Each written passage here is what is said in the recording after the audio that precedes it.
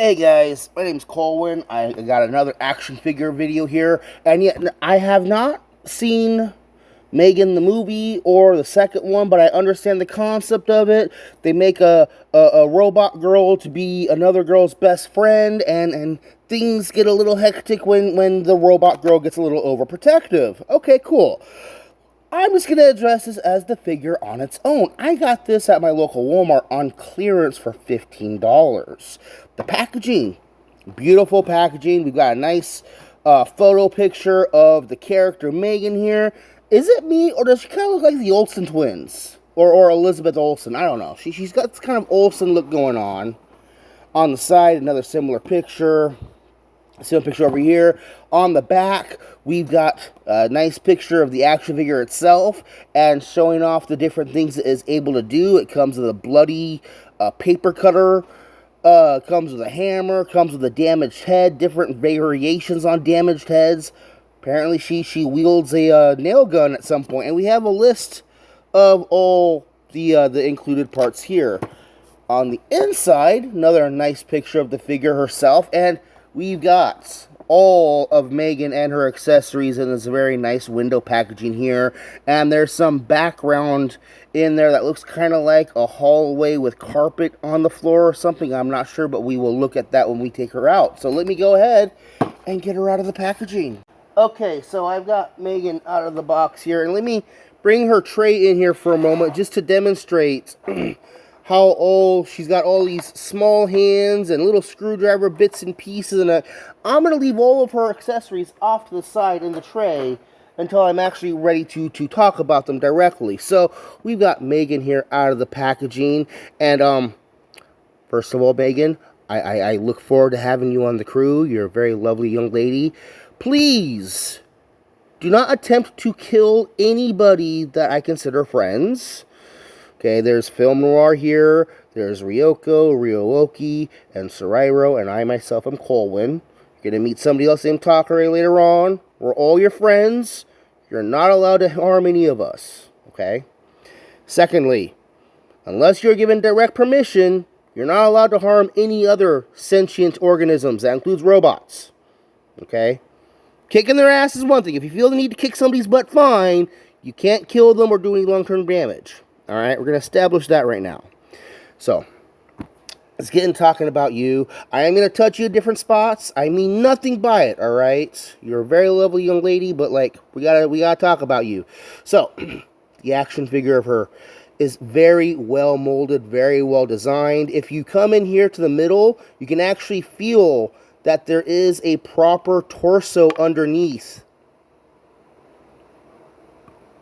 I apologize. Yes, that is something you need to worry about. There is no upper arm swivel on her shoulders. The arm broke accidentally at one point. Nice paint job on the sleeves. Nice paint job on her little bow tie. Let's bring over Film Noir. Let's bring in here Scourge. Let's bring in here Hubcap. And let's bring in here the Scourge car guys. She's actually pretty good height for an action figure. Let me keep Film Noir here for a moment. I don't know exactly how tall Film Noir is meant to be, but she's meant to be like 14 years old, right? Or younger? I don't know. I don't know, and there goes her arm again. I was thinking about leaving that as some type of battle damage gimmick. I don't know yet. I probably will just go ahead and glue it on there. She's got little tiny holes in her feet for using her on display stands, which is very, very useful. What else? Did we bring in the soda can already? There's soda can. Am I missing any other comparisons that I need to do? I don't think so offhand. Here is, wow, Hubcap and Scourge in their vehicle modes. And let me go ahead and put Megan off to the side here because she doesn't enjoy having her head ripped off, understandably. So we will put the tray over here and we will discuss some of her accessories. Now, this is one accessory I don't understand. Can somebody tell me, what am I missing here? Because these two faces look really, really similar. Like, I can see that these eyes are a little bit different than those eyes. But really having her with a more exaggerated face would have been nice. Okay? Because then, and her arm's going to fall off in a second again. Then we've got this one over here where she looks obviously pissed off because somebody just effed up her hair and ripped open her, like, this is some full-on battle damage right here, okay? But the expressions are still really subtle. I mean, okay, whatever. You know, having extra heads to swap around are nice, and maybe I'll figure out a use for those later on. Let me bring out these little accessory pieces here now. Come on. Kirk.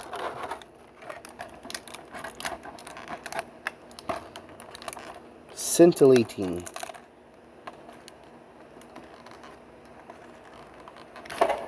Okay, so we've got her full on, like, scalped. There is no hair or nothing or face or anything, and then we've got this big old hoping, like, they just pull her entire faceplate off so they can, what, stick a screwdriver in here, and I don't know what the purpose of this is, but, like, this has got to be some type of repair thing. Like, if I had to repair her, I'd just take her entire head off, put it on a workbench, and then work on it. Like, I'm not going to stick a screwdriver in her face while her head's attached. That's just kind of mean.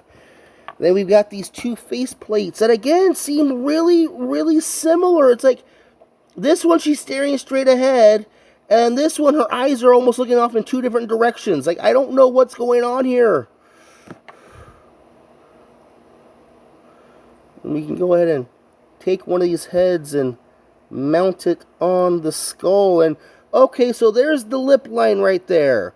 So this faceplate is from her forehead down to the top of her lips. Like, that just sounds painful. That just sounds painful. Like, when you're designing a robot, you really got to think, would I appreciate having my face removed in this way? Like, if I had to remove my own face, would not we just move the entire face? Come on. Think about the robot's feelings a little bit. Otherwise, they go crazy and try and kill you and all your friends because you programmed them incorrectly. See, now that's face down. She comes with two... These are supposed to be paper cutter blades. But nah, these are just straight up swords, honey. She comes with a regular sword and a bloodied sword. And, like, hell yeah. Hell yeah. We got little 14-year-old British chick wielding basically machetes.